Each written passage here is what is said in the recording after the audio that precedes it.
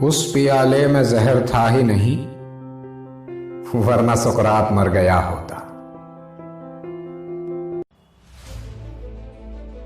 तो अजीज बच्चों, ये कहानी है एक योद्धा की जिसने हिंसा की जगह अहिंसा को चुना, जिसने एक बोझल जिंदगी को ठोकर मारकर शहादत की मौत मरना पसंद किया। इस महान शख्सियत का नाम है सुकरात, जिसे इंग्लिश में सोक्रेटिस कहते हैं।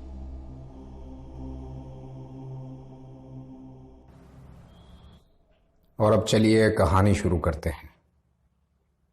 ईसा से 400 साल पहले यूनान यानी कि ग्रीस के एक शहर एथेंस में एक गरीब पत्थर तराश के घर एक बच्चे की पैदाइश हुई। यह बच्चा खूबसूरत नहीं था। इस बच्चे का कद छोटा, नाक चपटी और आंखें बाहर को उभरी हुई थी। बच्चे का नाम रखा गया सुकरात। सुकरात यानी कि सोक्रेटिस बचपन से ही बहुत विचारशील प्रवृत्ति के थे।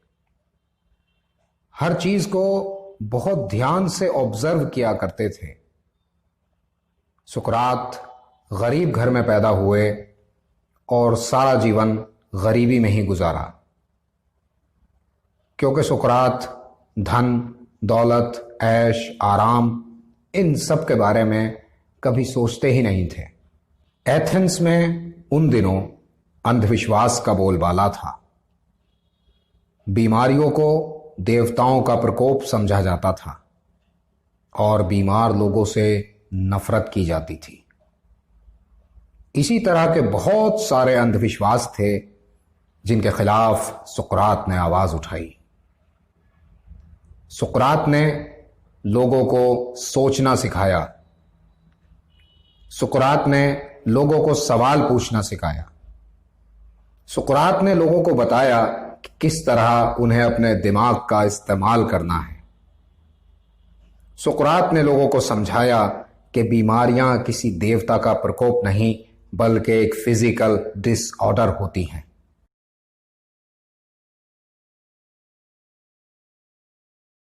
और अब सुकरात बूढ़े हो चले थे।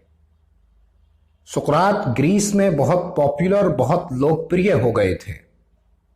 वो बाजारों में, सड़कों पर लोगों से बात किया करते। लोग भी सुकरात की बातों को बहुत ध्यान से सुनते और उस पर अमल भी करते। सुकरात के लिए एथेंस के हर घर के दरवाजे हमेशा खुले थे। लोग सुकरात को अपना मेहमान बनाना अपनी इज्जत समझते थे। लेकिन उसी एथेंस में कुछ लोग ऐसे भी थे जिन्हें सुकरात की शिक्षाएं पसंद नहीं थीं। उन्हें लगता था कि सुकरात यूनान के बच्चों को गुमराह कर रहे हैं। ये लोग थे ग्रीस यानी कि यूनान के शासक। और एक दिन उन्होंने सुकरात को अदालत में हाजिर होने का बुलावा भेज दिया। सुकरात के दोस्तों ने सुकरात को छिप जाने या भाग जाने का मशवरा दिया, लेकिन सुकरात ने छिपना या भागना मंजूर नहीं किया, क्योंकि वो कायर नहीं थे। सुकरात अदालत में पेश हुए। मैले कपड़ों में लिपटे सुकरात ने एक शानदार भाषण दिया। उन्होंने कहा कि उन्होंने जो भी किया है सही किया है, लेकिन अदालत ने उन्हें नौजवानों को गुमराह करने के इल्जाम में मौत की सजा दे दी। अदालत में मौजूद सभी लोग रोने लगे, लेकिन सुकरात शांत खड़े रहे। उन दिनों यूनान में जहर का प्याला देकर मौत की सजा दी जाती थी। सुकरात को प्याला देते हुए जेलर भी रोने लगा, क्योंकि वो जानता था कि सुकरात एक नेक इंसान थे।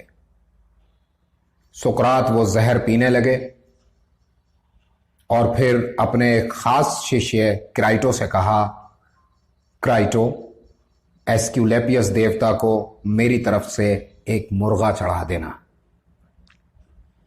और उसके बाद सुकरात खामोश हो गए, हमेशा के लिए खामोश हो गए। और इस तरह यूनान ने एक महान फिलोसोफर, एक महान दार्शनिक हमेशा हमेशा के लिए खो दिया। लेकिन सुकरात कभी नहीं मरे। सुकरात आज भी जिंदा है, जिसका सबूत है कि मैं आपको सुकरात की कहानियां सुना रहा हूं और आप उन्हें बड़े लगन से सुन रहे हैं। हां, अगर कोई मरा है तो वो हैं यूनान के शासक, जिनका आज आप, मैं, बल्कि सारी दुनिया नाम भी नहीं जानती है। इसीलिए कहानी शुरू करने से पहले मैंने कहा था, उस प्याले में जहर था ही नहीं, वरना सुकरात मर गया होता।